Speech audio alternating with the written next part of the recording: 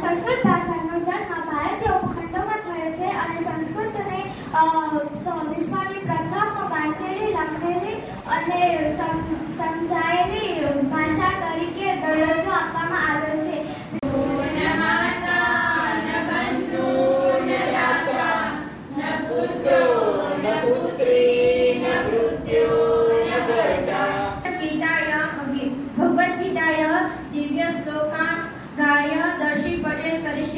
वसुदेवसुतं देवं कंसचारूणमर्दनं देवकी परमानन्दं कृष्णं वन्दे जगद्गुरुं.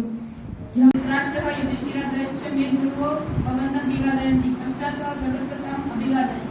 पौत्र एहि अहो कल्याणं खल्वत्र भवान् कल्याणानां प्रस्तुतिं पितामहः भगवान् चक्रायुधः.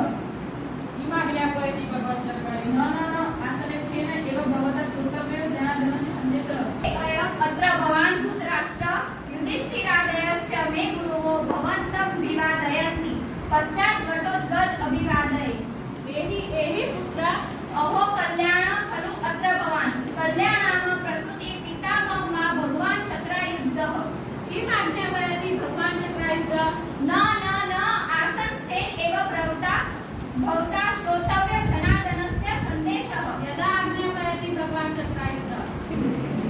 श्री एस.बी. पटेल अध्यापकः शिवमणिमः श्रोत्रम् विभुरीश्वनाथं जगन्नाथनाथं सदानन्दभाजं भवदुपव्यभूतेश्वरं भूतनाथं शिवं शङ्करं शम्भुशानयुने